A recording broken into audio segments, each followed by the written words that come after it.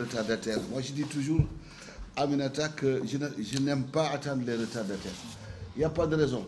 Ceux qui sont en retard, ils n'ont pas plus de sorte là que vous, là. Alors, comment se fait-il que vous soyez là à l'heure et qu'eux, ils soient en retard? Je crois que j'ai discuté l'autre jour aussi avec des journalistes de la question du civisme. Je crois que respecter quand même l'heure, ça fait partie des vertus cardinales du civisme. Et je dois dire que dans ce pays-là, on n'a pas cette vertu-là. Plus d'autres vertus que nous devrions acquérir. Et je crois que le livre peut-être parle de certains aspects. Mais je suis content que l'on puisse reprendre cette série de lectures autour d'ouvrages intéressants, que ce soit des ouvrages de fiction ou que ce soit des essais. Essais ou ouvrages de fiction, vous conviendrez tous que ils traitent tous des réalités de notre quotidien, mais sous des angles différents. Alors, je voudrais remercier l'initiateur de cette activité-là, qui est M. Bouba Diémé. Est-ce qu'il est là? Il n'est pas encore là. Bon, on va encore commencer sans lui, c'est pas grave. Mais bon, lui, à la limite, je comprends. Hein. Alors, c'est lui qui a eu l'idée de nous demander au WARC si on pouvait abriter ce qu'on appellerait un book club. Adama, vous devriez peut-être venir avec votre stagiaire pour qu'elle voit ce qu'on fait. Non? Elle est là? Elle a dit qu'elle ne comprend pas. Ah, elle ne comprend pas français, donc laissez-la là-bas avec son anglais. Bon. Bon, et donc on essaie de le faire. Bon, des fois aussi, l'emploi du temps est peut-être un peu chargé. Les téléphones, s'il vous plaît.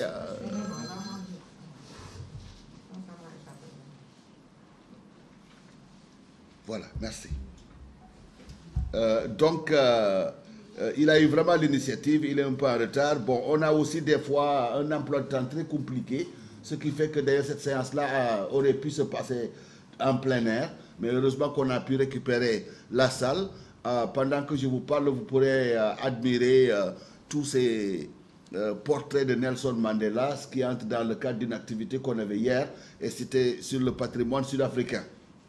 Alors, celle qui va présenter s'appelle Borso Tal. Certains d'entre vous la connaissent. Elle est doctorante à l'université Cheikh Anta Diop. Bon, s'il y a un paradoxe, c'est qu'elle est doctorante au département d'anglais et elle va devoir parler d'un roman qui quand même appartient à la littérature francophone d'Afrique. Bon, mais bon, les thèmes étant proches et elle-même étant French speaker, donc ça ne devrait pas poser évidemment de problème. Donc Borso, je vous remercie de cette initiative. Voilà une jeune dame qui est très, je ne dirais pas entreprenante, elle est très dynamique. Elle aime vraiment s'engager dans toute activité de nature à discuter de certains problèmes contemporains.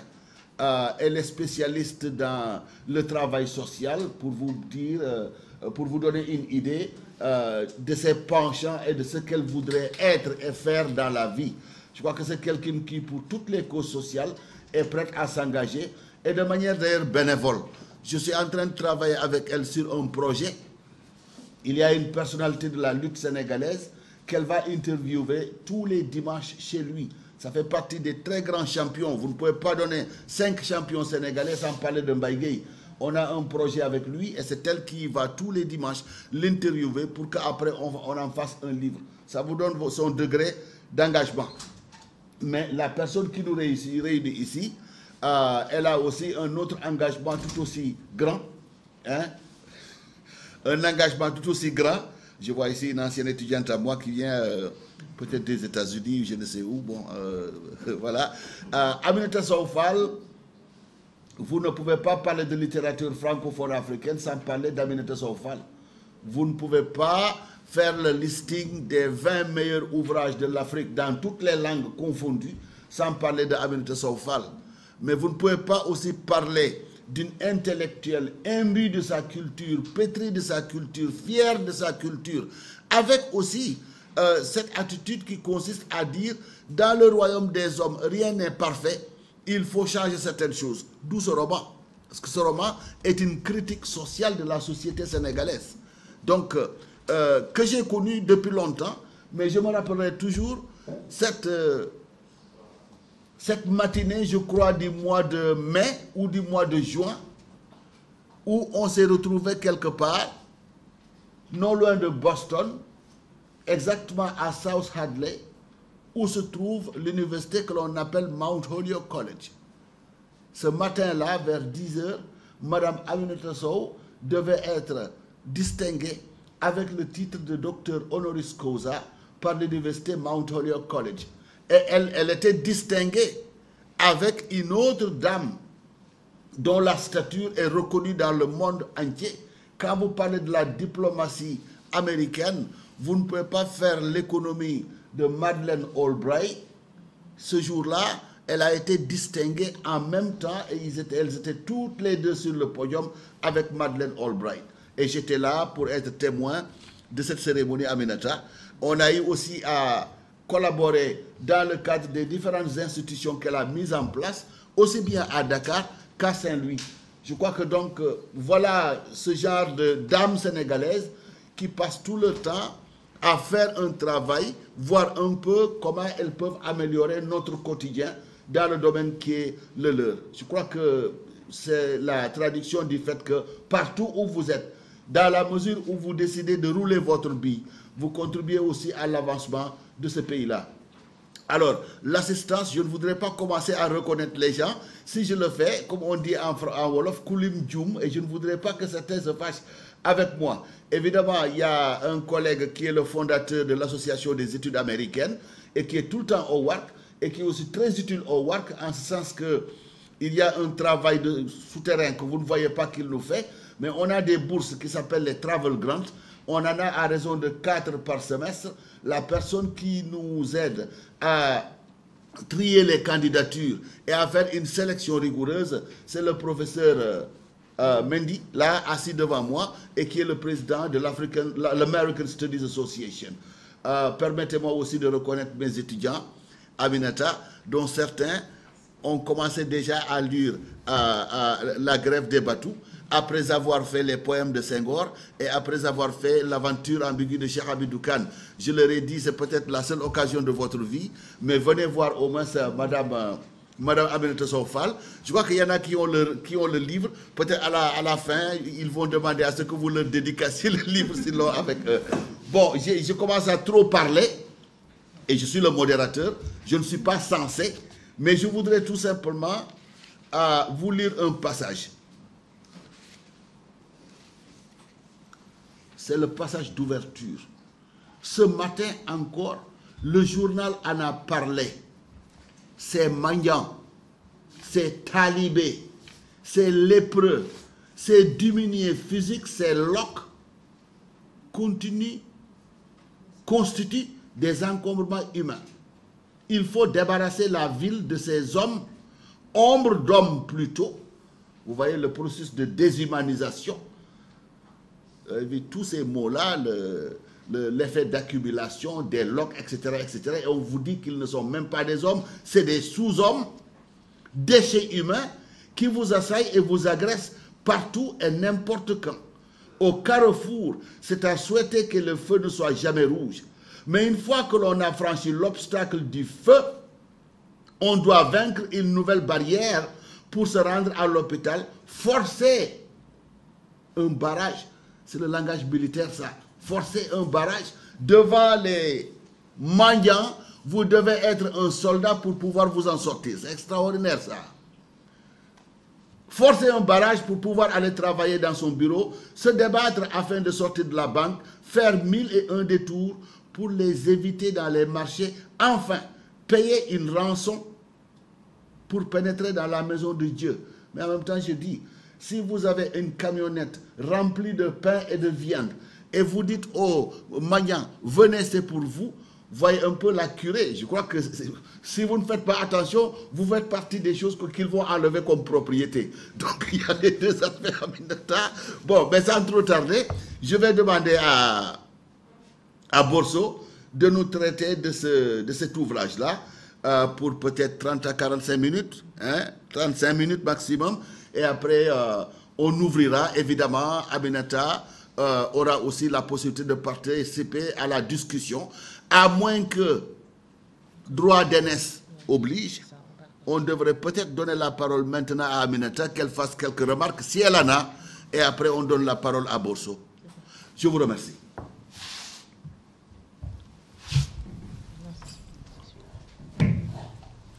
Oh, peut-être ça appuyez sur le truc. Là, voilà. Bien, moi je voudrais d'abord vous remercier d'être ici. Remercier Borso et Ousmane, qui est un ami de longue date, parce qu'on s'est toujours rencontrés dans la vie, ici au Sénégal, aussi à l'étranger, il vient de le rappeler. Et j'ai toujours apprécié chez l'homme la passion de son travail. Il a parlé de Montreux-Lyoc, mais bien avant ça même. Je l'ai vu fréquenter là de loin quand il était à l'université de Dakar, n'est-ce pas? Et je viens de dire à mon neveu et à ma nièce que Ousmane était à l'université de Dakar et qu'il s'est toujours intéressé à la littérature. Mais surtout, s'il y a un seul mot, deux, il faut qu'il y ait ces deux-là pour qualifier Ousmane, c'est la générosité au sens le plus noble du terme. Ça veut dire aller vers l'autre, chercher à connaître, à comprendre l'autre, parler avec l'autre. Une lumière qui porte vers l'autre, n'est-ce pas? Et aussi sa rigueur. Il est connu de tous pour cela. Ce qu'il fait pour l'exactitude, n'est-ce pas? Moi, je le fais. Quand je donne rendez-vous à quelqu'un à 11h, si à 11h05, il n'est pas là, j'annule.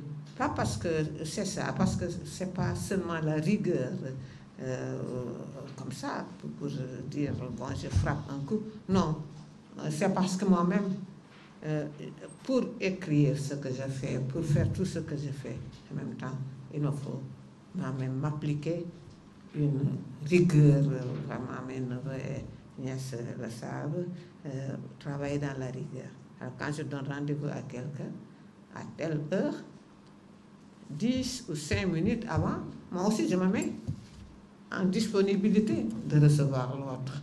Donc chaque minute de retard de l'autre me fait pas perdre une part de mon travail. Alors voilà, merci Ousmane de m'avoir invité, merci Borso aussi, et pour vous dire tout le plaisir de vous rencontrer.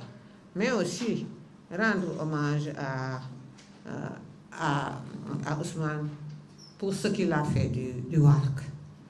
Moi, j'ai de loin pas participé, mais assisté à la naissance du WARC. Et je pense que ça a commencé dans les années 1989-90. Ça a commencé là-bas, parce que quand cette association de professeurs aux États-Unis a cherché à mettre ici un centre, je pense même qu'il était au centre-ville, à l'immeuble des Eaux, n'est-ce pas? Mais ça n'a jamais connu autant d'effervescence, autant aussi d'intérêt que depuis Ousmane est là, n'est-ce pas? Et pour cela, je le félicite parce que c'est pas une mince chose de faire ce genre de travail, n'est-ce pas? C'est quelque chose, puisque moi-même, j'ai essayé dans ce sens-là, seulement pour partager l'amour du livre, de la lecture et d'une manière générale la culture. Alors, pour tout ça, j'ai dit, je vais aller répondre à l'invitation du WARC. Et voilà pourquoi je me trouve ici. Merci à vous de m'avoir écouté. Merci beaucoup. Merci, mais Borso, vous avez la parole. Prenez. Merci beaucoup, professeur. Merci, Madame Fall.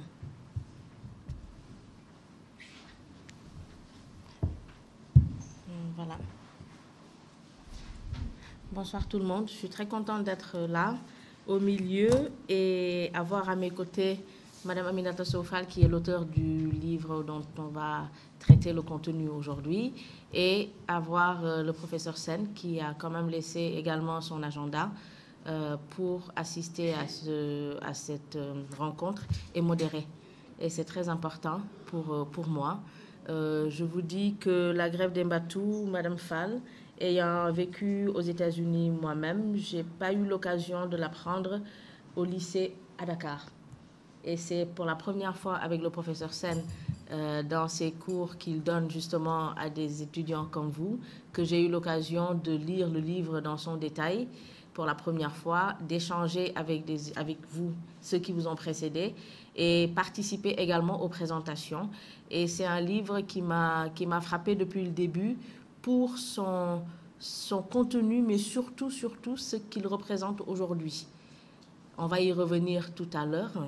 Je pense qu'on voudrait bien, dans un premier temps, juste revenir un par un sur les personnages et le rôle qu'ils jouent dans le livre. Ça va permettre à ceux qui ont un peu lu ce livre depuis très longtemps de se remettre dans le bain, et ceux qui l'ont lu très récemment de comprendre un peu la mouvance des événements dans le livre et permettre à chacun de voir selon lui-même quel est le personnage clé, parce qu'on a tendance à croire que c'est 2 ou 3 personnages, mais chacun ira de son sens même qu'il donnera au livre et l'importance qu'il donnera au personnage. Le premier, c'est le mendiant. Il y en a une pléthore. Il y a des centaines et des centaines de mendiants. Professeur Sen a commencé tout à l'heure par le descriptif que l'on fait de ces mendiants dans le livre. Les premières lignes, si je me permets de les relire. Ce matin encore, le journal en a parlé. Ces mendiants, ces talibés, ces lépreux, ces diminués physiques, ces loques constituent des encombrements humains. Il faut débarrasser la ville de ces hommes. Ombre d'hommes plutôt, déchets humains, qui vous assaillent et vous agressent partout et n'importe quand. Au carrefour, c'est à souhaiter que les feux ne soient jamais rouges. Mais une fois que l'on a franchi l'obstacle du feu, on doit vaincre une nouvelle barrière pour se rendre à l'hôpital, forcer un barrage pour pouvoir aller travailler dans son bureau, se débattre afin de sortir de la banque, faire 1001 détours pour les éviter dans les marchés, enfin payer une rançon pour pénétrer dans la maison de Dieu. La maison de Dieu, elle est gratuite. Cette dernière partie du paragraphe montre un peu tout le sacrifice que doit faire l'individu, lambda, pour vivre avec ces mendiants au quotidien. Est-ce qu'ils arrivent à vivre au quotidien dans la paix? Apparemment non, puisque c'est tout un calvaire de les rencontrer, c'est tout un calvaire de partager la société avec eux. Et donc le mendiant, c'est le premier à être décrit, à être déshumanisé, c'est le premier à être mis en exergue dans le livre. Et ça, c'est très, très important. Et plus loin, nous allons voir qu'il constitue presque une plaie qu'il faut cacher. Pourquoi il faut cacher? C'est le prochain personnage qui va nous dire le pourquoi, et c'est Mour Ndiaye, qui est le directeur du service de la salubrité publique. Il a pour objectif de rendre la ville propre, alors que Kéba déplore l'absence de dignité chez ses mendiants, fussent-ils pauvres et sans abri. C'est-à-dire que Mour se dit, la ville a pour objectif, nous avons pour objectif en tant qu'agents de rendre la ville propre. À quel prix? Au prix de nous débarrasser de ces personnes qui ne sont plus des personnes. Parce qu'ils sont dépourvus de dignité. Ils sont dépourvus de tout ce qui peut permettre à un être humain de reconnaître chez l'autre l'être humain qu'il est lui-même. Ils sont sans abri, ils sont pauvres, ils sont sales, ils sont malades, ils sont encombrants, ils dérangent.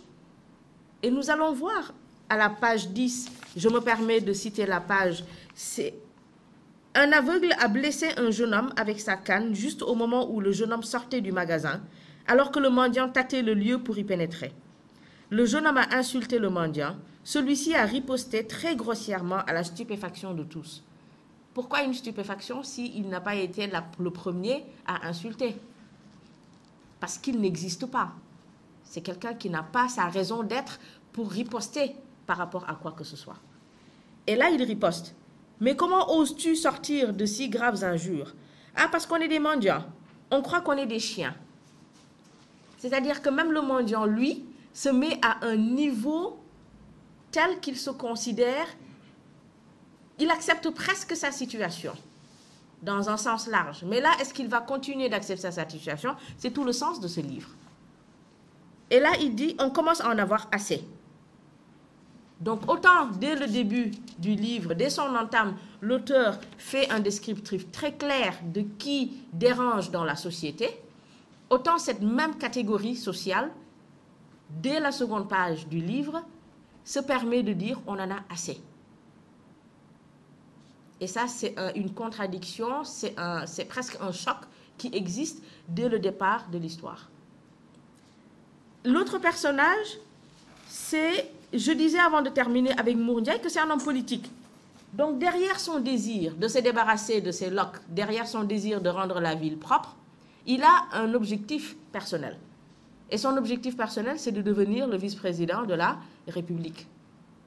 Il est prêt à rendre une ville propre, c'est-à-dire à faire son travail, ce qu'on lui demande, mais en réalité, est-ce qu'il le fait pour la communauté? Est-ce qu'il le fait pour la société? On a envie de dire que non.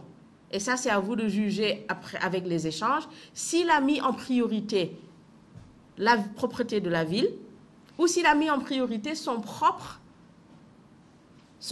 développement personnel, c'est-à-dire son propre développement même professionnel.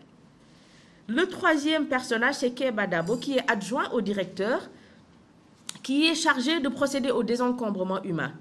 Selon Moore, Keba est un homme consciencieux, honnête, un véritable bourreau du travail, qui en 6 ans n'a pas véritablement demandé de repos. Et donc presque, on peut considérer que Keba est le cerveau du service, c'est-à-dire tout passe par lui. Et pour désencombrer la ville de ses déchets humains, il faudrait passer par Keba. Parce qu'en homme politique, Moore ne va pas se permettre d'aller au-devant de la scène dès le début du processus de désencombrement. Il va utiliser Keba Dabo. Et lorsqu'il s'agira d'avoir la gloire et les remerciements, c'est lui qui va se mettre au-devant de la scène. Il y a quelqu'un qui semble tout petit dans le livre, mais en vérité qui est très important aussi. Parce qu'il aura été un témoin de tout. Du début jusqu'à la fin du livre, c'est Koulé, le chauffeur qui conduit la Mercedes de Mour Ndiaye. Il est chauffeur également au service de Loli. Et Loli, c'est Badiane, c'est l'épouse dévouée et soucieuse de l'avenir de son mari, Mour Ndiaye. Partout où elle va, son objectif, c'est de permettre à son mari d'aller de l'avant. Jusqu'à aller rencontrer un marabout. Et la première chose qu'elle lui dit, après lui avoir donné les offrandes de Mour Ndiaye, c'est de dire ne l'oublie pas dans tes prières. Et ça, c'est très important parce qu'elle se permet de mettre en avant le destin de son mari et de se battre pour ça. Quel en sera le prix de tous ces efforts? Nous le verrons lorsqu'on avancera un peu plus dans l'histoire. Donc, en femme dévouée, elle sent qu'elle ne fait qu'un avec son mari Mour.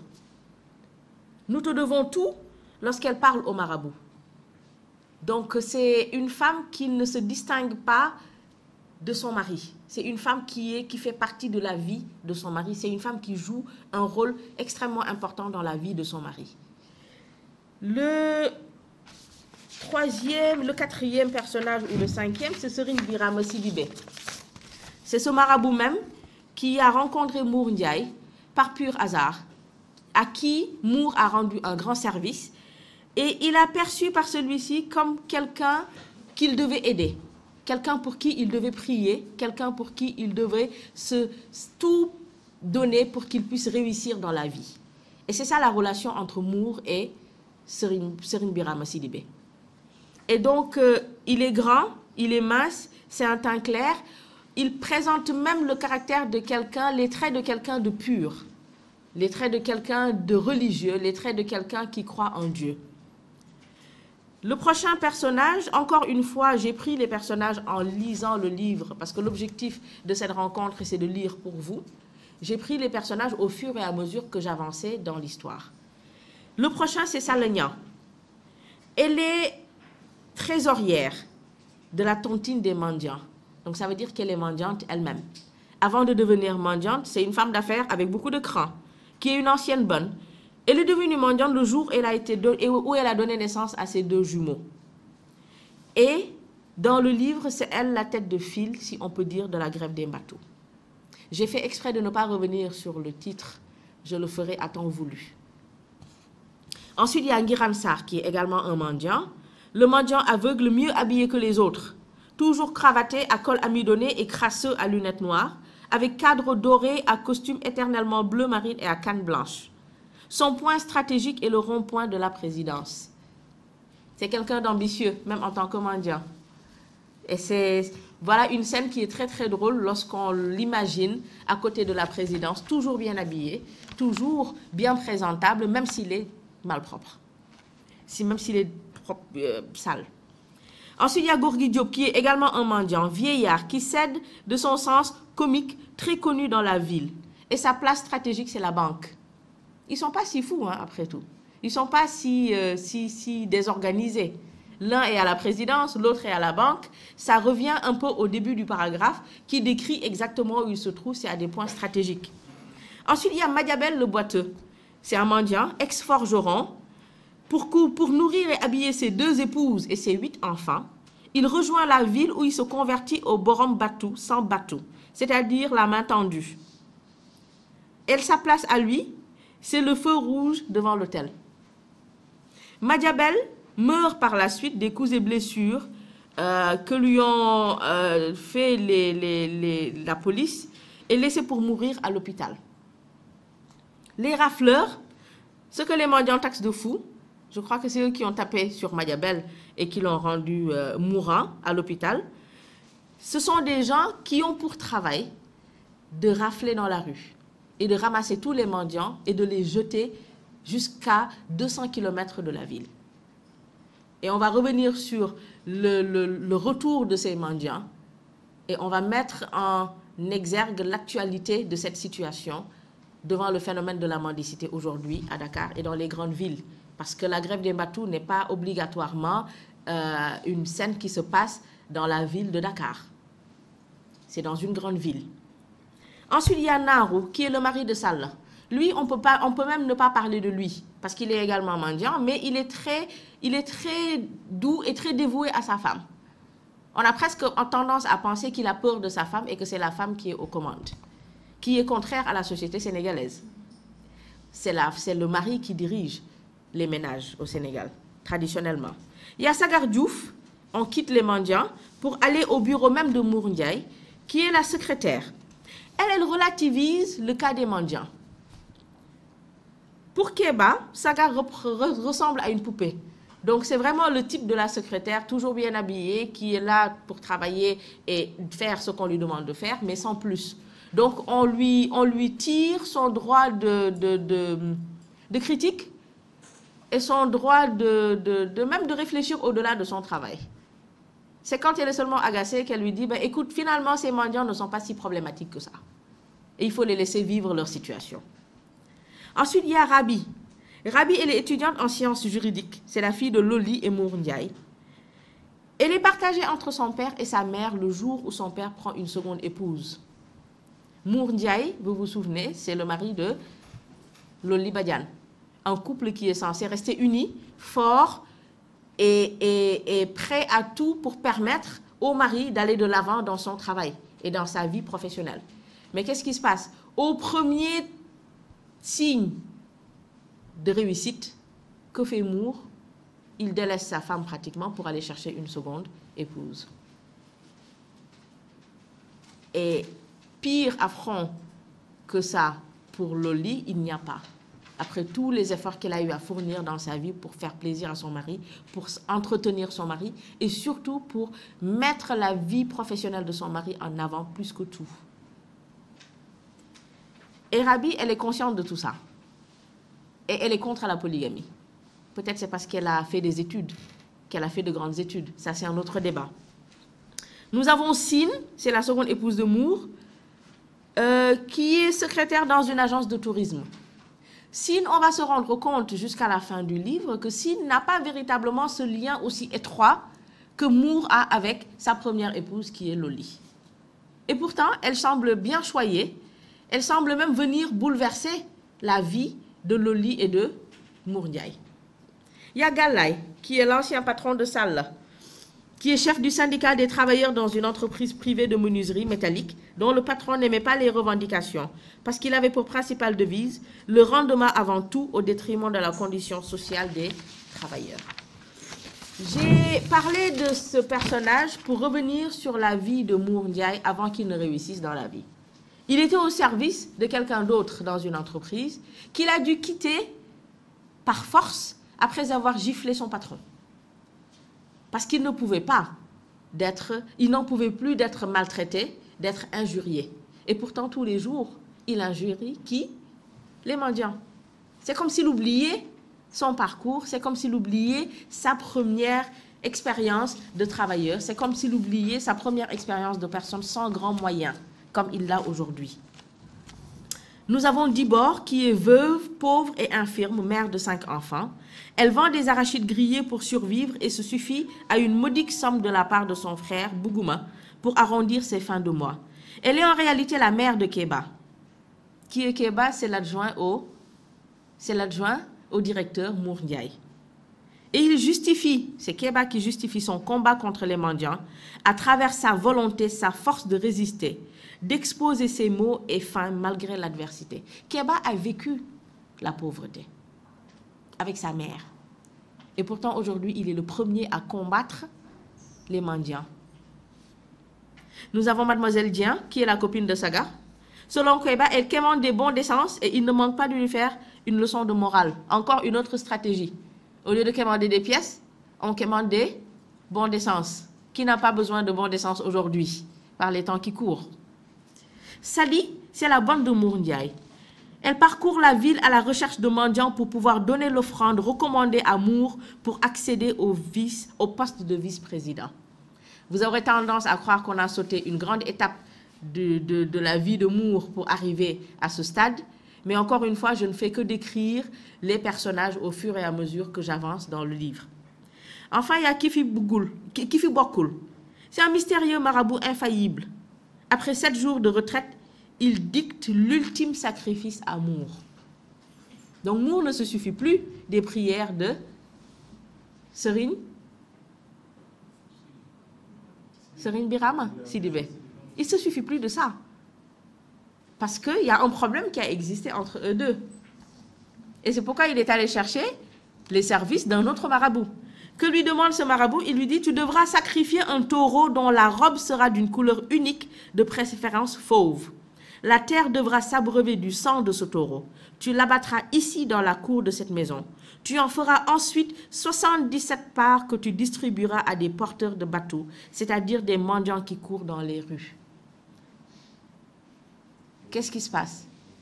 Avant, Loli partait sur recommandation de son mari voir Serine Birama, très très loin dans un village qui reculait. Et aujourd'hui, Serine Birama n'est plus suffisant pour Mour. Et Mour fait venir un marabout qui lui dicte ce qu'il faut faire. Cette charité doit aller à sa véritable destination. Sinon, tout risque de se gâter. Il y a un problème qui s'oppose. Elle doit aller aux miskines, c'est-à-dire des vrais pauvres, des gens qui n'ont absolument rien et qui, sans le bateau qu'ils tendent aux passants, mourraient de faim. Ce qui s'est passé, c'est que Mour, en voulant désencombrer les rues de la ville, pour plaire aux touristes, mais aussi pour se faire une promotion personnelle, va faire quoi? Arriver à un stade où la réalité sociétale va lui retomber dessus. En Afrique noire, on ne peut pas avancer, c'est la croyance populaire, on ne peut pas avancer sans faire de sacrifices. Et on ne va pas donner ces sacrifices à n'importe qui. Donc presque on dirait que les mendiants, c'est un travail, comme les autres. On y reviendra. Mais ce sacrifice tu feras, il ne faudra pas le circonscrire dans un seul quartier de la ville. Voilà notre problème. Mour a tout fait avec ses collaborateurs pour non seulement déguerpir les mendiants de la ville, mais aussi les caser quelque part. Il les a ghettoisés. Il les a rangés dans un coin où il leur a demandé de rester et de ne plus bouger de là. Et on lui demande dans le sacrifice qu'il doit absolument faire pour réussir son processus de devenir vice-président, il doit absolument prendre ce sacrifice et le distribuer à des endroits différents. Tu es appelé à être apprécié aux quatre coins de la ville, aux quatre coins du pays. Tu devras la symboliser dans ta manière de distribuer la viande du sacrifice. Donc finalement, l'objectif de Moore, ce n'était pas de rendre la ville propre. Ce n'était pas de rendre accessible aux touristes la grande ville. Mais c'était plutôt pour avoir sa propre promotion, à commencer par la reconnaissance des autres.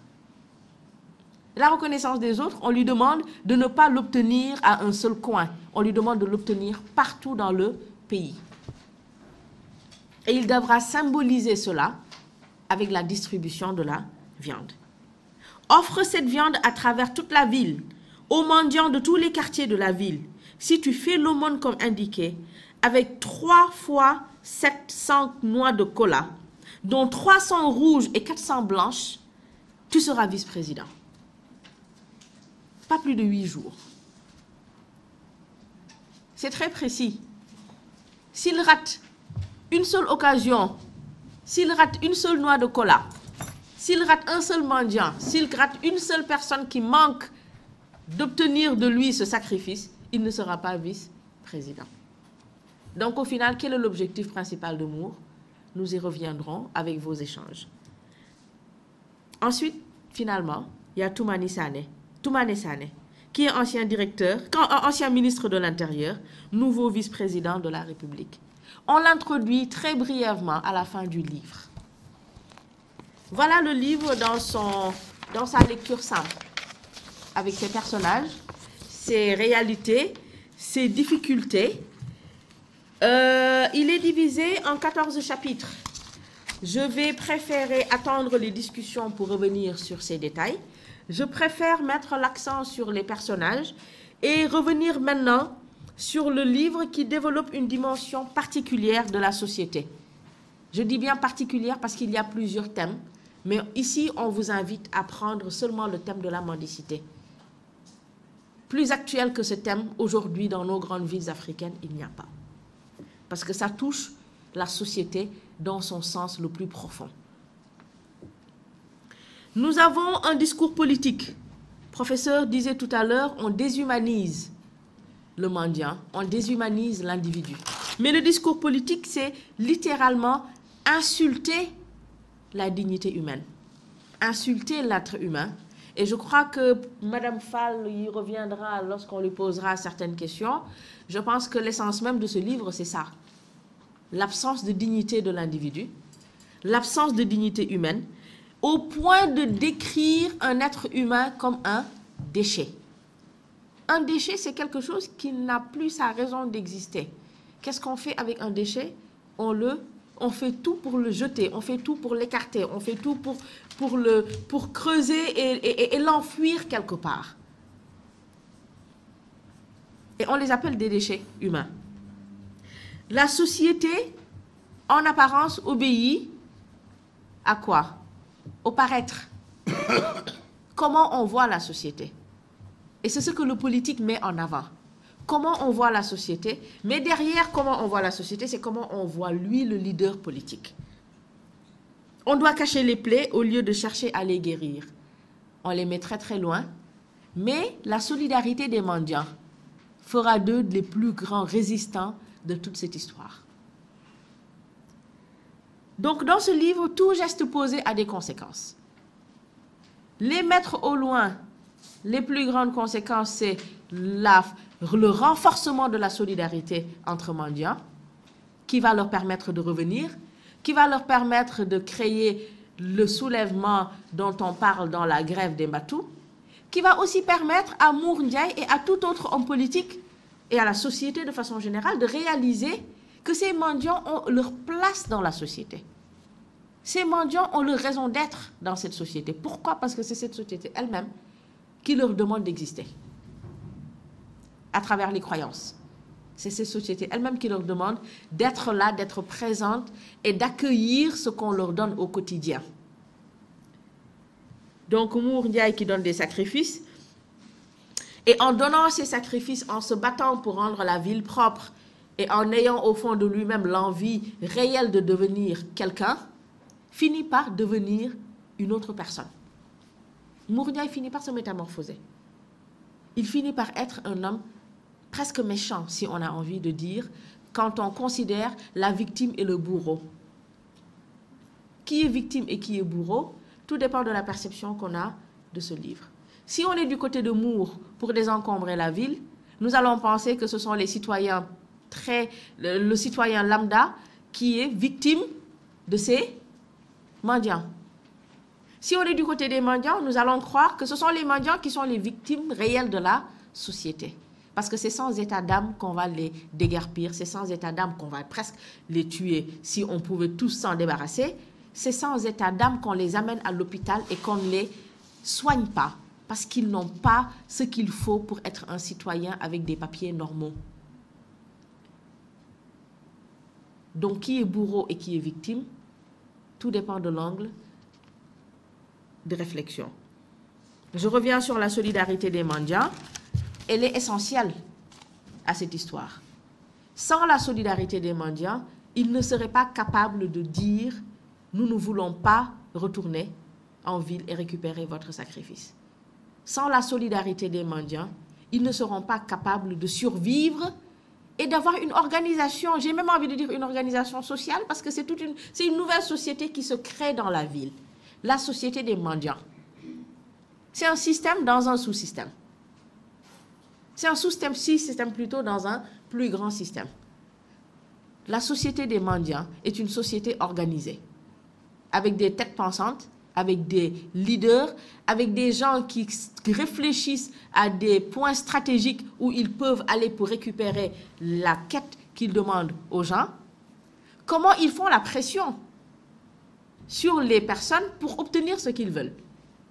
Et surtout, c'est une société organisée, parce que c'est une société qui a une tontine. Quand on parle de tontine, c'est très rapidement en groupe, ils ont l'habitude de donner de l'argent à la fin de la journée pour pouvoir avoir un membre de cette société, recueillir cet argent-là pour lui-même, et ainsi de suite jusqu'à ce que tous les membres du groupe se réunissent et soient dotés du nombre de la somme totale qu'ils doivent avoir. La tontine, c'est l'une des premières étapes de gains collectifs dans une société, bien avant les banques. Bien avant tous ces signes de développement, c'est la tontine qui a existé. Aujourd'hui, le plus grand problème qu'on peut voir qui a un lien réel avec ce livre, c'est l'existence de ces mêmes mendiants dans nos sociétés. Et le pire dans cette situation, c'est leur massification. Nous allons revenir sur ce grand problème tout à l'heure. Je voudrais mettre aussi l'accent sur les changements de la société qui ont causé l'arrivée de ces mendiants dans la ville. La première cause, tout le monde a envie de dire que c'est la pauvreté. S'il n'y avait pas de pauvreté, ces mendiants n'auraient pas besoin de venir en ville quémander. Mais au-delà de cette pauvreté, il y a aussi le besoin de travailler pour survivre. Il y a besoin de travailler pour gagner dignement son argent à la fin du mois. Est-ce que les mendiants qui sont habitués à tendre la main sont capables aujourd'hui de retourner à la terre? Est-ce qu'ils sont capables de retourner au travail? Est-ce qu'ils n'ont pas perdu la notion de travail? Parce que c'est facile de tendre la main et de gagner de l'argent. Une petite anecdote que j'aimerais partager, c'est ça qui fait un peu la transition entre le livre écrit dans les années 70 et aujourd'hui, c'est que je suis rentrée dans un cas rapide il y a 2 ans à peu près, et un enfant de rue accompagné de sa mère, qui est également une personne qui vit dans la rue. Certainement, elle devait se rendre quelque part. Et arrivé dans le car, l'enfant a vu le coxeur faire comme ça, avec les pièces. Et naturellement, elle a tendu la main pour avoir ses pièces. Sa mère l'a frappé. Mais ce n'était pas la peine de la frapper. comment vas-tu frapper un enfant à qui tu apprends à tendre la main? Elle n'a fait que faire ce qu'on lui a demandé de faire. Elle tend la main parce qu'elle voit et elle entend le bruit de l'argent. Elle entend le bruit de la pièce. Ce n'est même pas une question de billets, c'est une question de pièces. Donc il y a toute une notion de richesse, de réussite, d'appartenance sociale qui est dans ce livre et qui existe dans notre société aujourd'hui. C'est comme si Madame Fall, je dirais, a fait un rêve et a compris que ce rêve allait être réalité aujourd'hui. Et avant que personne n'en parle, avant que personne n'écrive là-dessus, a décidé d'écrire ce livre et qui est un véritable livre à prendre en compte pour comprendre la société africaine, la société des mendiants, la société des citoyens et leur perception de l'existence des marginaux. Ce sont des êtres qui, en apparence, sont des êtres humains, mais qui ne sont pas considérés comme des êtres humains. Et le fait d'être en masse, aujourd'hui, on ne compte plus des enfants de rue seulement. On ne compte plus par individu, on compte par famille. C'est des familles entières qui sont dans la rue. C'est des familles entières qui ont élu domicile dans la rue. Dès 20 h en ville, on les voit étendre leurs nappes pour se préparer à se coucher, au même moment où nous nous préparons pour aller nous rendre dans nos chambres et dormir pour la nuit. C'est une réalité. C'est une réalité qui a commencé par une idée. J'ai partagé avec Madame Fall la raison pour laquelle elle a écrit ce livre. Elle m'a expliqué qu'elle était à un carrefour, le même carrefour décrit ici, et elle a vu une voiture descendre des mets et les distribuer aux mendiants. Et elle s'est posé la question, et si les mendiants avaient refusé, qu'est-ce qui allait arriver? Personne ne pense à ça. Et si les mendiants aujourd'hui se levaient pour dire, nous aussi, nous allons refuser de répondre à votre offre, on va refuser de prendre vos mets, on va refuser de prendre vos offrandes. Que deviendrait la société africaine? Que deviendrait la société sénégalaise? Il y a des individus parmi nous, pas ici dans la salle, dans la société africaine, qui ne peuvent pas se lever un jour sans donner 4 morceaux de sucre et 3 colas et 2 papiers blancs. Je le dis en rigolant parce que dans ce livre, on lui a clairement dit, si tu rates une seule noix de cola, tu ne seras pas vice-président. Donc c'est avec exactitude que les marabouts dictent leurs lois aux citoyens. C'est avec exactitude qu'il faudra appliquer ces lois. Et pourtant, nous sommes incapables d'appliquer la plus grande loi qui existe. C'est celle de protéger ces gens-là. Celle de protéger les enfants de rue. Celle de protéger surtout cette jeunesse qui grandit dans la rue et qui n'a pour référence, qui n'a pour repère que la rue et ce qui évolue dans cette rue-là. Je me souviens quand je travaillais au centre Guindi, qui est un centre d'accueil pour jeunes talibés, enfants de rue, la première chose que j'ai eu à faire en tant qu'agent, c'était de vouloir leur faire porter des chaussures. Je ne pouvais pas comprendre qu'ils soient pieds nus. Donc j'ai écrit une lettre au ministère de la Famille. J'ai menacé mon patron. Je lui ai dit que s'il n'arrivait pas à leur trouver des chaussures le lendemain, j'allais appeler Walfadjri, la télé, pour leur parler. Je me souviens, le comptable m'avait appelé pour me dire « Mais Madame Tal, vous ne comprenez pas. Vous allez comprendre quand vous verrez ce qui va arriver à ces chaussures-là. » Le lendemain, ils ont acheté des chaussures. Ils étaient tout beaux, avec leurs pantalons, leurs t-shirts et leurs chaussures. Tout était au complet. On a mis moins d'1 semaine. Je suis arrivée au centre et j'ai vu les enfants. Certains étaient pieds nus, d'autres avaient encore leurs chaussures, peut-être par peur de ma réaction, ou bien ils se disaient, on va quand même mettre nos chaussures parce qu'on ne sait pas trop comment Tata Borso va réagir. Et à ceux qui n'avaient plus de chaussures, je leur ai demandé où sont vos chaussures. Ils n'ont rien fait que me sourire. Et c'est le collègue qui m'a dit, viens, je vais te montrer où sont ces chaussures-là. Ils étaient sur le toit de la maison. Ils s'amusaient, ils prenaient leurs chaussures et ils jetaient. Et le premier qui arrive à le mettre au toit, c'est celui-là qui aura réussi le pari de ce jeu-là. Ils ont perdu l'habitude de mettre des chaussures. comme ils ont perdu l'habitude de vivre dans une maison, comme ils ont perdu l'habitude de vivre en famille, comme ils ont perdu toute notion d'organisation familiale, d'organisation de société. Voilà ce livre et ce qu'il décrit. Voilà les conséquences pour la société et surtout, voilà les conséquences par rapport à nos vies. Qu'est-ce qu'on va devenir si on a la majorité de la population qui est dehors et qui quémande? Et derrière ce geste, il y a un manque profond de dignité. On oublie, on met de côté sa dignité pour tendre la main. On le voit tous les jours, ces mendiants, il suffit dans une même voiture. Ils tendent la main à une personne qui dit non, sans aucune gêne, ils se retournent, ils vont chez l'autre. Et je ne parle que des enfants. Je ne parle pas des adultes qui sont censés être des personnes d'autorité. Si ces personnes d'autorité sont également mendiants, cette jeunesse mendiante ne pourra pas se sortir de la situation toute seule.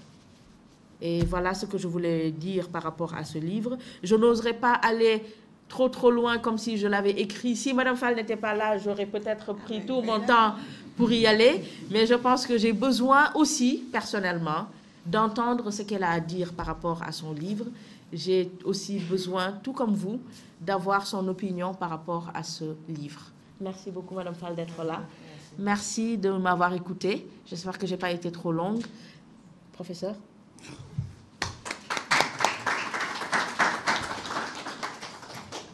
Merci Borso. On va peut-être demander à Mme Fall d'avoir quelques réactions par rapport à ce que Borso vient de nous dire et après la parole sera peut-être à l'auditoire. Voilà. Aminta. Bien. Moi, je veux simplement féliciter Borso en lui disant qu'elle ne veut pas craindre d'aller plus loin. C'est mon métier. Il y a deux choses. J'ai appris. Je suis littéraire, enseignante de littérature. Et là, quand je me suis hasardée, mais c'était mon deuxième roman, mais quand je me suis mise à écrire ce livre, comme bien avant d'avoir envahi le champ de la fiction, je savais que écrire ce livre ne m'en donnait pas la propriété exclusive. Et chaque fois que je lis ce qu'on écrit sur mes textes, si j'ai l'occasion de le dire aux critiques, je dis, vous m'avez révélé ce que moi je ne savais pas en écrivant ce livre, n'est-ce pas? Alors donc, elle l'a très bien rendu, de manière pédagogique, patiemment fouillée, et je ne peux que l'en féliciter. Voilà, Borso. Bon, mais alors, je vous rappelle ceci, l'initiateur de ce club-là, M. Bouba Diémé est là. Bouba, chaque fois, vient avec deux ouvrages, l'ouvrage que l'on étudie, il avait toujours deux exemplaires, et après il fait un tirage parmi l'assistance. Ceux qui auront la chance vont gagner donc un livre et il sera dédicacé par l'auteur. Donc, Bouba, je crois que quand on en viendra à ce niveau-là, je vous passerai la parole. Maintenant, on ouvre la parole pour que Bouba ou qui d'autre, si vous avez des commentaires ou des questions à poser, voilà, on vous donne la parole, monsieur, voilà, professeur. Voilà.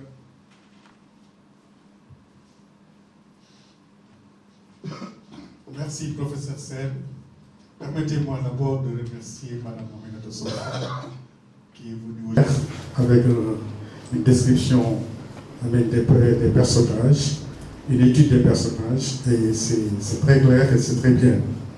Moi, mon intervention, c'était surtout sur la première page que le professeur Sen a lu et que Mlle Tal a lu ensuite, pour parler de la déshumanisation des mendiants.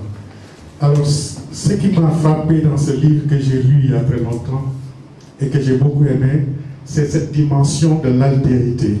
Il y a en fait deux groupes. Il y a le groupe des haves, comme on appelle en anglais, et le groupe des have-nots, donc des pauvres.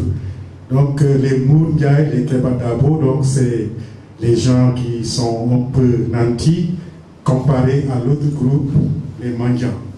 Mais on se rend compte que cette altérité, cette différence n'est que fictive en réalité, parce qu'ils vivent dans la même société et ils ont besoin, chaque groupe a besoin de l'autre. Et c'est ce qui est intéressant dans ce roman. Le Moundiaï a besoin des Mandians. Les Mandians ont certes besoin de Moundiaï, mais il a également besoin d'eux. Et aucun groupe ne peut se passer de l'autre. Et c'est ça qui est intéressant, c'est ça qui est magnifique dans ce roman. On se rend compte qu'il a beau les mettre à la périphérie, il aura besoin de plus tard. Et je voudrais donner une phrase du pape, de feu le pape Jean-Paul II, qui disait que la pauvreté anéantit la dignité de l'homme. Quand on est pauvre, on perd sa dignité. Et c'est ça le problème. Ici, c'est ce qu'on voit à travers ce livre, que ces mendiants, ils le sont, pas parce qu'ils veulent être mendiants, mais c'est parce qu'ils sont dans une situation qui les a poussés à être des mendiants. Donc, ce que disait Mme Tchal, comment résoudre ce problème? Je pense qu'il y a du travail à faire. Parce que tant qu'ils seront toujours dans cette situation de précarité, il y aura toujours des mendiants. Et il y a mendiants parce qu'il y a des gens qui donnent. Donc, il y a un travail de réflexion à faire là-dessus. Et je voudrais vous remercier d'avoir soulevé cette question. Et je pense que d'autres pourront aussi intervenir sur ce point-là. Merci. C'est pas la même chose.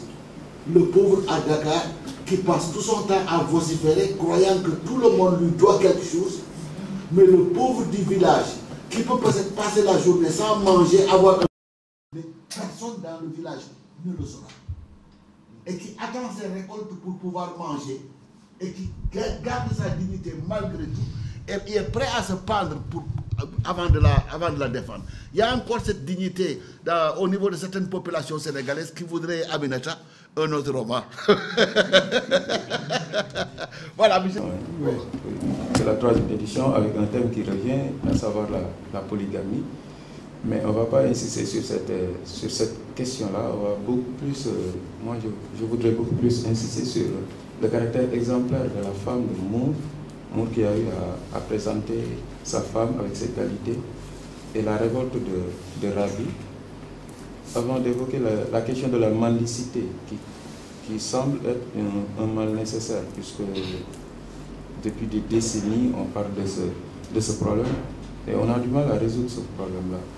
Dans nos sociétés, c'est comme si c'était un mal nécessaire, avec des ONG qui captent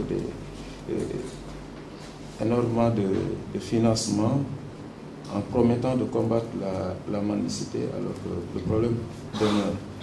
Est-ce une question de volonté politique? Est-ce une question de superstition qui fait que les gens ont toujours besoin des mendiants? Je crois bien que les pouvoirs politiques sont interpellés pour qu'on résolve vraiment à jamais ce problème-là.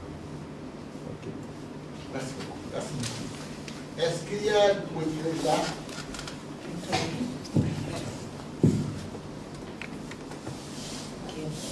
Merci, M. Sen. J'ai une question pour Mme Saoufal. Est-ce que ces mendiants-là qu'on voit dans la rue sont vraiment pauvres? C'est la question que je vous pose. Bien que je l'ai lu dans un autre domaine, et je remercie Mme Aminata Saoufal, et ça fait un plaisir de la rencontrer, et puis remercier aussi Mme Borso qui nous a fait voyager, parce que nous tous, dans notre formatage, on a eu à étudier beaucoup de choses, notamment dans la littérature de l'art.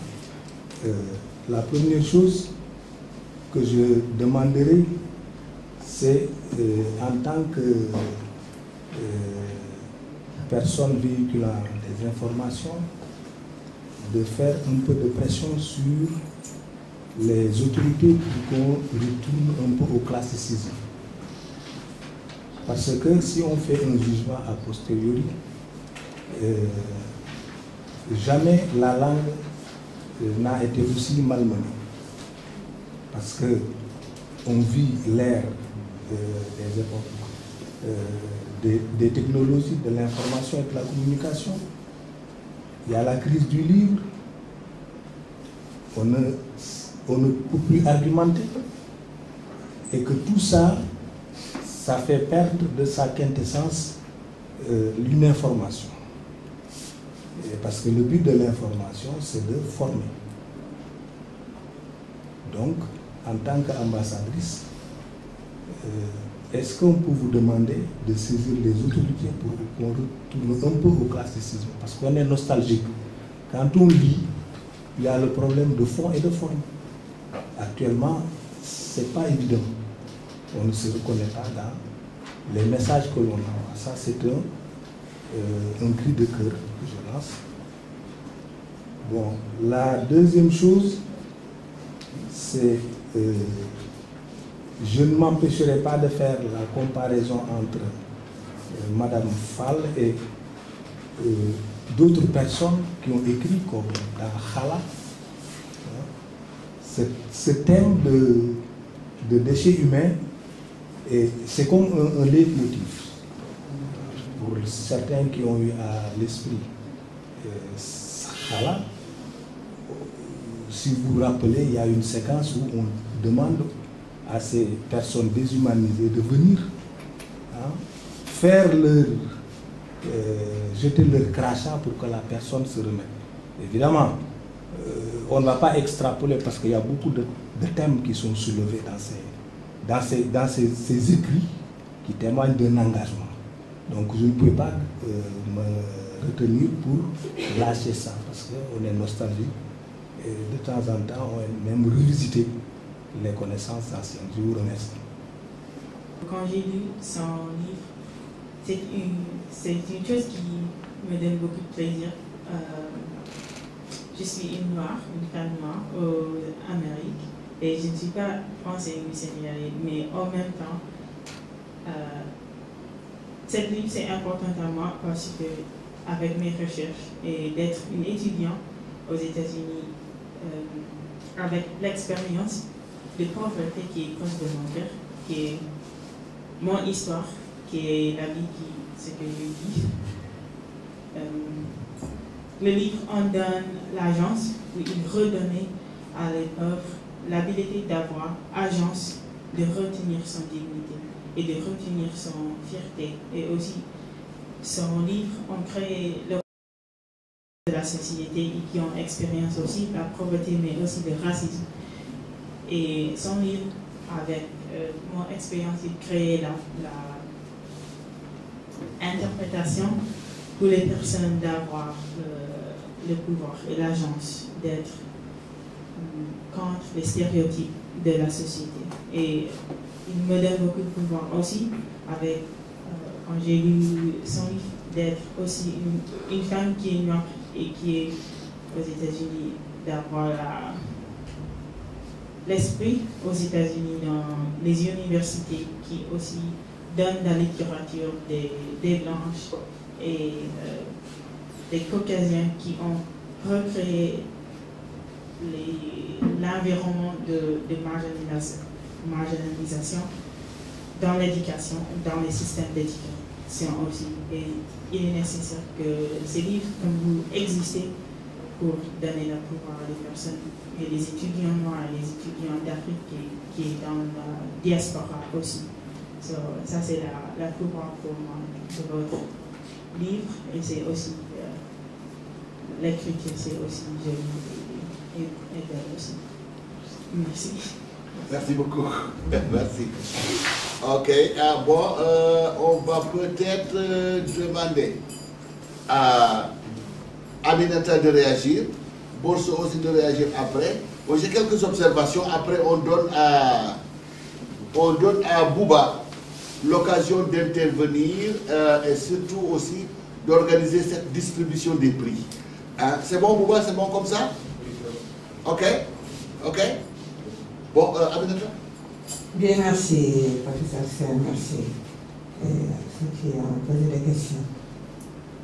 J'ai dit à Borso, pense déjà ce qui a motivé ce livre. Vous voyez, effectivement,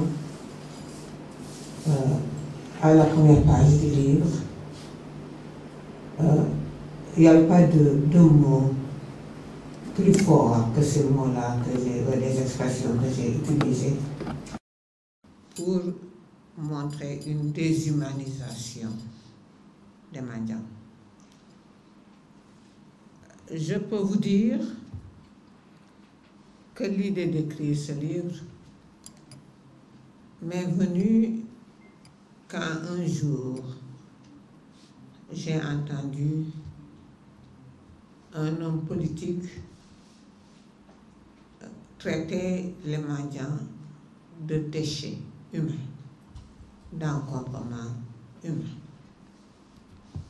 Du reste, moi je n'ai jamais dit à personne ni à mes enfants qui est cette personne.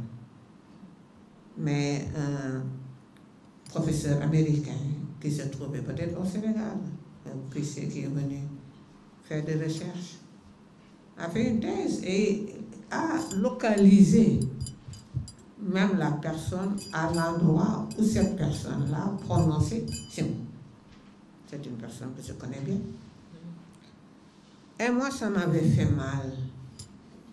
Ça m'avait terriblement choquée. Parce que je me suis toujours dit, c'est en moi, en l'éducation que j'ai reçue, à mon enfance, c'est une chose qui ne me quitte jamais. J'ai toujours pensé qu'un être humain, quelle que soit sa condition, doit être respecté dans son intégrité.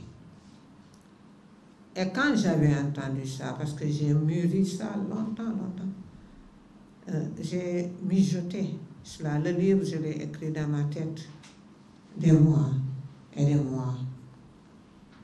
Et je me suis dit, si les Mandians peuvent être traités comme ça, c'est parce que la société s'est moralement et humainement déshumanisée. La question de Ousmane tout à l'heure a sa raison d'être. La société est déshumanisée parce qu'elle est, à cette époque-là, à partir de cette époque-là, les gens ne respectent pas l'humain. On cherche l'argent, on cherche la richesse, et puis on fait des pauvres, n'est-ce pas? On fait des pauvres. Parce que quand des individus dans la société où ils se trouvent ne trouvent pas un appui, un climat de solidarité, parce qu'il y a toujours eu des pauvres, toujours eu des pauvres. Les pauvres, les sociétés, disons la pauvreté, les sociétés les géraient avant par des actes de solidarité et de respect, n'est-ce pas? On savait que dans telle famille, c'était pas l'abondance. Moi, j'ai vécu ça, vraiment. C'était pas l'abondance. On savait qu'on devait aider ces personnes. Et c'était pas la peine de les amener à aller au coin de rue à mendier, n'est-ce pas? On savait que ces personnes-là devaient vivre de manière, même si ce n'est pas l'abondance, de manière décente, n'est-ce pas? Et on leur venait en aide, toujours. Et moi, j'ai vécu, je pense que même ça, je l'ai dit dans le livre, j'ai vécu dans mon enfance quelque chose d'extraordinaire. Parce que quand il y avait des femmes, Julien Jouga d'ailleurs a fait beaucoup de morceaux sur ça, c'était des aveugles, mais elles faisaient de l'art, n'est-ce pas? Elles chantaient, elles ne se mettaient pas sur les trottoirs en quémandant. Elles allaient de porte à porte et elles disaient des chansons merveilleuses, n'est-ce pas? Merveilleuses. et on leur donnait de l'argent, n'est-ce pas? C'est une autre forme de troubadour, etc. N'est-ce pas? Et quand ce monsieur-là a dit ça, je me suis dit que ce sont eux-mêmes qui créent les conditions de ce que font les mendiants. Les mendiants d'avant ne faisaient pas ce que font les mendiants. Mais eux, ils ne sont pas non plus, on ne peut pas dire que ce qu'ils font est bien, mais ils suivent une mouvance, n'est-ce pas? L'autre, la réponse correcte de ce que font les autres. Ils s'enrichissent, ils les oublient, ils n'ont plus d'humanité. Hein? Et eux aussi, ils vont donc envahir les rues, parce que j'ai dit dans le livre qu'en fait, c'est la société qui génère ce genre de mendiants. Et que c'est justement un échange, n'est-ce pas? Un échange entre eux. Parce que à ce moment-là, eux aussi, ils s'enrichissent. Votre question n'est pas anodine, elle est tout à fait logique. Est-ce que c'est mendiant? Hein? Donc ils font comme ceux qui s'enrichissent sur le dos du peuple. Bon, eux, ils vont s'enrichir, hein? Ils en font un fonds de commerce. Ils font un fonds de commerce. Alors c'est ça, toute la problématique est là. Moi, j'ai voulu montrer que c'est la société, par son manque de générosité, par la détérioration, n'est-ce pas, des sentiments d'humanité et de respect, et tout ça, c'est la société actuelle, c'est une conséquence directe des dysfonctionnements sur le plan humain, sur le plan moral de la société. J'ai cité dans un autre livre, je pense que c'est dans Festin de la détresse, qu'il y a des sociétés ici, c'est en Casamance, où lorsque on voit que dans telle famille, ça ne va pas très bien sur le plan de la nourriture, on voit au milieu de la nuit, on pose derrière la porte, n'est-ce pas? On pose des aliments, d'autres choses, et ni la famille, hein, aucun de la famille ne savait pas qui avait mis cela. Moi, je peux vous dire personnellement que c'est quand mon père est décédé que nous avons su, que la famille a su, parce que moi, quand mon père est décédé, j'avais 8 ans, que ma famille a su que telle et telle famille était entretenue par mes parents. Mais on ne nous l'a jamais dit. Et les personnes, mes frères qui allaient porter ces aides-là, ne l'ont jamais dit. Personne ne le savait. Ce sont les intéressés eux-mêmes qui l'ont dit. Alors donc c'est la société. Moi, c'est l'hypocrisie de la société. C'est le manque de générosité, le manque de solidarité. Et ceux qui le font, ils le savent, mais ils le font en fait sur le dos, pas seulement des mendiants, mais aussi de la société, parce qu'ils le font avec de l'argent public. Alors c'est tout ce que je voulais dire pour ne pas monopoliser trop la parole. Et comme on leur a ouvert ce champ-là où eux aussi les mendiants, ils peuvent se permettre de se dépouiller de toute leur dignité. Alors voilà, ça fait partie des choses qui font que dans nos sociétés, cela arrive. Mais je ne pense pas que être pauvre puisse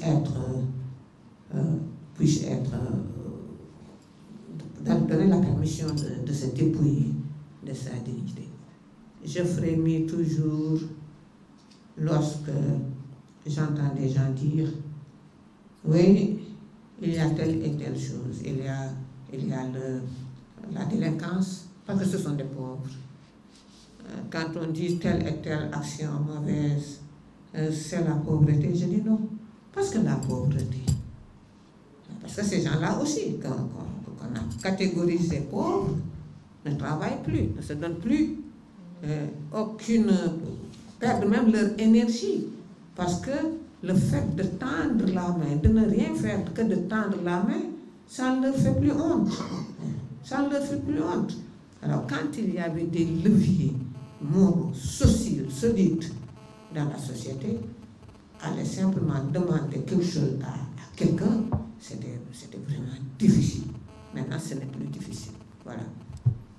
Merci, Aberta. Bonsoir, vous pouvez faire peut-être des remarques rapidement avant qu'on le conclue. Oui, en fait, moi, je vous remercie de toutes ces contributions. Et je veux juste revenir sur 2 points. La pauvreté qui, en vérité, alors, n'est qu'une... On peut donner une seule définition, c'est l'absence de solidarité. Solidarité entre ceux qui ont et ceux qui n'ont pas. Donc, cette pauvreté-là, elle n'existe que parce que dans une société, ceux qui ont le pouvoir de partager, ceux qui ont le pouvoir de décider, ne mettent pas en priorité les besoins de ceux qui n'ont pas. Et c'est ça la pauvreté. L'absence de dignité humaine dépend aussi de comment ceux qui peuvent rendre cette dignité à ceux qui l'ont perdue n'en font pas une priorité. Je me souviens d'une histoire qu'on m'avait racontée qui n'est pas africaine, mais qui est humaine. C'est un homme qui était parti dans un parc avec sa femme et ses enfants et qui était sur une queue pour payer son ticket pour entrer dans le parc. Et le monsieur s'est rendu compte que le couple qui était devant lui était un jeune couple qui apparemment n'avait pas réuni tous les sous qu'il fallait pour payer les tickets de leurs enfants. Il aurait pu le pousser et lui dire « poussez de là puisque vous n'avez pas ce qu'il faut, moi je dois passer, je suis pressé ». Ce qu'il a fait plutôt, c'est qu'il a sorti exactement ce dont le père avait besoin, l'a jeté par terre discrètement, pour revenir à la discrétion dont parlait Madame Fall tout à l'heure, et l'a tapoté sur son épaule pour lui dire « Monsieur, excusez-moi, vous avez laissé tomber ceci ». Et le père était en larmes, parce qu'il a compris que ce monsieur qu'il ne connaissait ni d'Adam ni d'Ève venait de lui sauver tout ce qui lui restait comme image de père, image de personne capable de faire quelque chose pour ses enfants. Il aurait pu le lui tendre. Il ne l'a pas fait. Il l'a jeté par terre, discrètement, et lui a dit « Vous avez laissé tomber ceci ». Et dans toute sa dignité, le monsieur s'est penché, a ramassé ce qu'il a laissé tomber et lui a dit « Je vous remercie ». C'est ça l'être humain.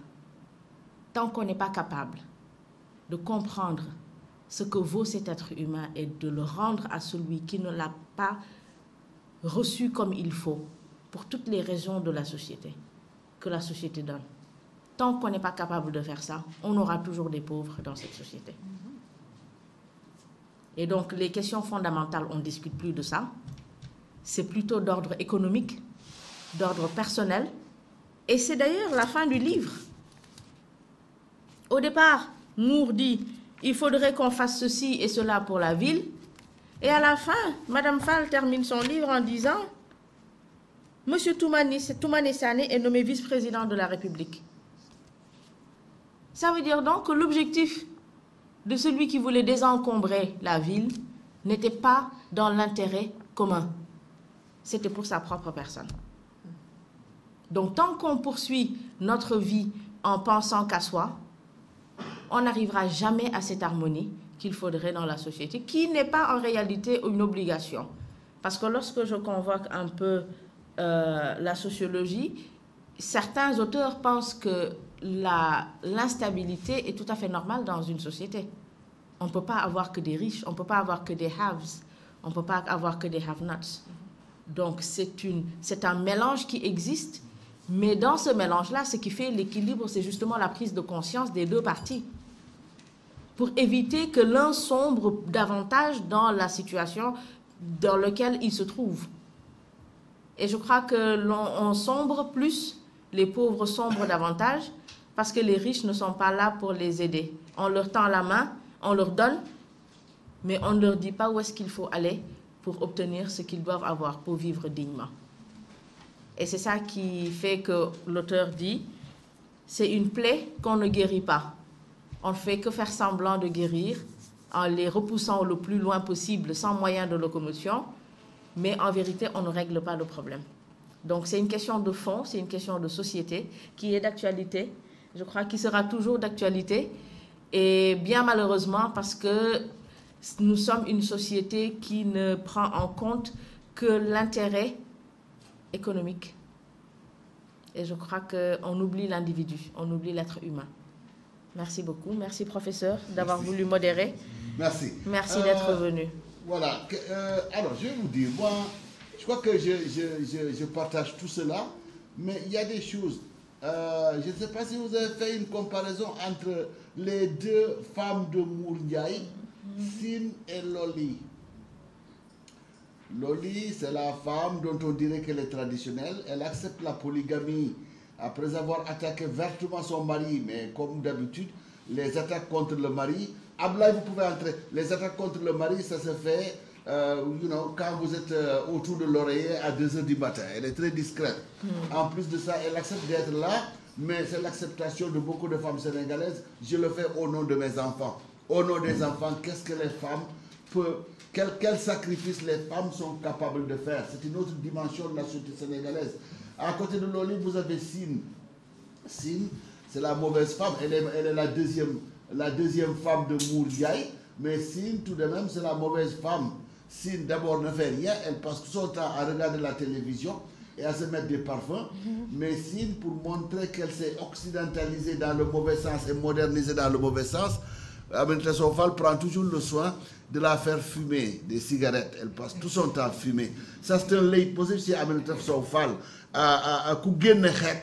L'Africaine qui ne peut plus assumer ses racines, elle lui fait soit boire de l'alcool ou bien fumer une cigarette. Il y a aussi l'autre dimension de la société sénégalaise qui justifie d'ailleurs pourquoi Mour Ndiaye ne parviendra pas à ses fins. C'est que notre monde est un monde double. Il y a le monde visible, mais il y a le monde invisible. Parce que ces forces-là qui vous poussent à donner des sacrifices pour que vous puissiez vous réconcilier avec, qui vous poussent à ce qu'on vous dise et que vous teniez absolument à donner ce caïtou tabac à quelqu'un. Caïtou tabac, c'est un papier, le papier comme sur lequel... Alors imaginez prendre quelqu'un et lui dire, voilà un cadeau, c'est un bout de papier. Mais oui, mais pour celui qui vous prescrit le truc, c'est un caïtou tabac, il faut donner ça. Alors, mais bon, vous avez la présence de 2 personnages particuliers et ils ont des noms très intéressants. Serigne Birama, bon ben ça c'est normal, mais bon, on peut gloser autour de Serigne. Mais l'autre il s'appelle Kifi Bokoul. Il a l'air d'être un peul, on ne voit jamais son visage, il a un turban, mais c'est comme si derrière le turban il y a un trou invisible, rien n'est visible. Et il apparaît, il disparaît, on ne sait pas par où il passe.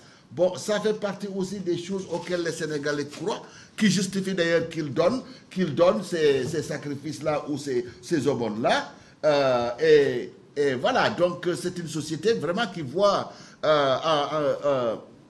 qui fait une dissection de la société sénégalaise, et on s'y retrouve, et qui n'est pas daté, parce que ce qu'elle a écrit il y a plus d'une décennie est toujours aussi actuel. En rappelant aussi que la première valeur vraiment de la société sénégalaise, ce n'est pas le fait d'être opulent, mais c'est le fait de partager son opulence.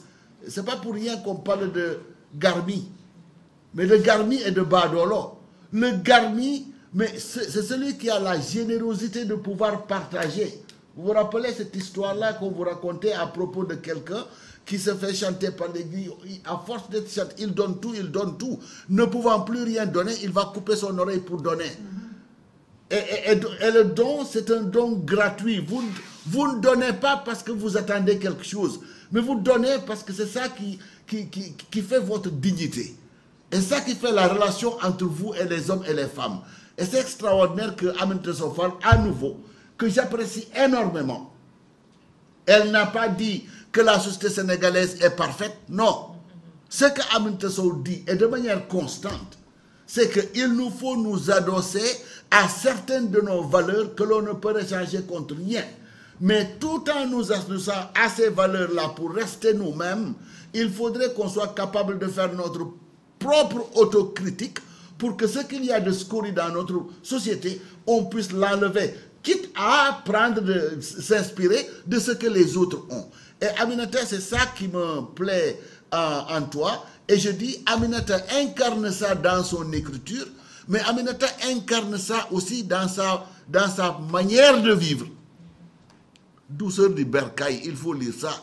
Quand elle nous rappelle tous ces plats succulents que l'on faisait avec nos produits naturels, sans pour autant mettre du jumbo, sans pour autant mettre du je ne sais quoi là qui vous donne la tension et tout, le diabète et tout ça. Voilà, si vous voulez cuisiner sénégalais et pur, allez voir son livre. Elle a écrit un autre livre aussi sur la lutte, mais si vous lisez son livre, vous saurez aussi que la lutte est un sport noble, extrêmement noble. Alors, Bouba, je vais vous donner la parole, mais je crois que Ablaye est en train de me faire un clin d'œil. Aminata, le personnel du WARC a tenu à te faire un cadeau. Je crois que ce qu'on va faire, et pour libérer Ablaye, on va lui permettre de te donner le cadeau et le reste va être conduit par Bouba. Je dis à mes étudiants, si vous voulez qu'elle vous dédicace ça, vous lui donnez vos livres avec votre nom, comme ça il pourra écrire. Voilà, ok. Voilà.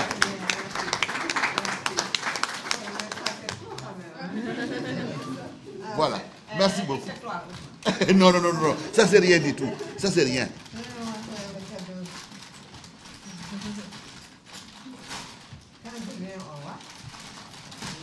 Oui, je sais que tu es un ami, mais quand même, hein, tu nous donnes beaucoup.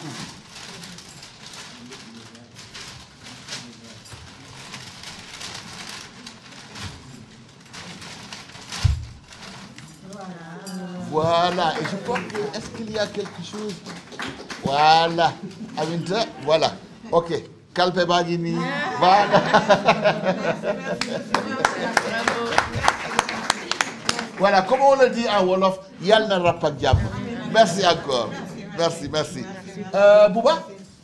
Voilà. Bonsoir, merci tout le monde. Comme je l'ai dit souvent, c'est toujours difficile de parler après le prof. Donc, ça va être très cool. Merci. C'est la 3e édition et je crois que ça se passe bien jusqu'à présent. Le thème qui vient souvent, c'est la société et d'aller de faire retrouver nos racines culturelles notamment et nos valeurs sociétales. Avant, la valeur d'un homme, ce n'était pas les ressources financières que vous avez. Maintenant, on commence à faire ça et c'est un thème qui a été évoqué aujourd'hui. Mais je voulais juste profiter pour remercier l'équipe de We Read For You. Je suis toujours devant, mais il y a Adama qui est toujours là et Joseph qui sont derrière, qui se cachent toujours, mais je suis là devant aujourd'hui. Également l'équipe de WAC qui nous a aidés, Voya Amélie et les autres sont derrière.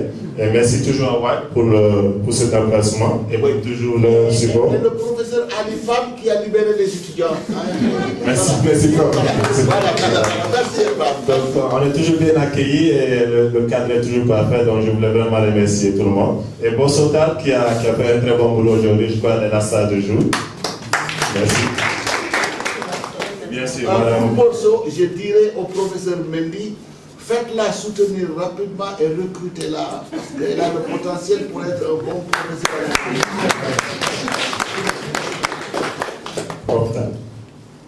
Donc, également, notre... je ne sais même pas comment on appelle. C'est un grand prestige. L'invité d'honneur est vraiment merci. Ça veut dire bon signe.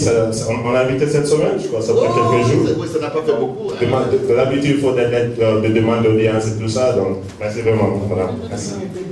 Donc, We Read For You, c'est un concept simple. Donc, en anglais, c'est plus facile. Et vous voyez, mon français n'est pas terrible, mais c'est un concept qu'on a mis là dessus. We Read For You, c'est juste dire qu'on lit pour vous. Et l'idée, c'est de vraiment partager l'information. C'est un thème, l'objectif éducatif. Mais c'est aussi de pousser les gens à lire et à acheter les livres, surtout les livres locaux. Donc, il y a beaucoup de livres sénégalais, d'Africains qui paraissent chaque mois. Donc, ça serait vraiment intéressant de partager. Aujourd'hui, on a deux livres, 2 cadeaux. Et Madame Fall est très populaire. On n'a pas pu avoir le livre qui est aussi très populaire dans aucune librairie aujourd'hui. On a eu 2 autres livres que le prof a bien introduits. C'est sur la lutte et la cuisine. C'est très fort. Merci. Donc, on a 2 numéros.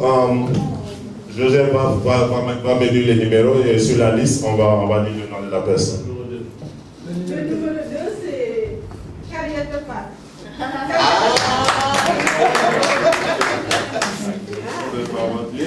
Le deuxième? 22. Numéro 22. Et pendant ce temps, Vous voyez le numéro. Il faut le dire là. Ok, maintenant. Non, mais pas pourquoi. Non, mais allez-y, c'est la chance. Ok, Ah, ok.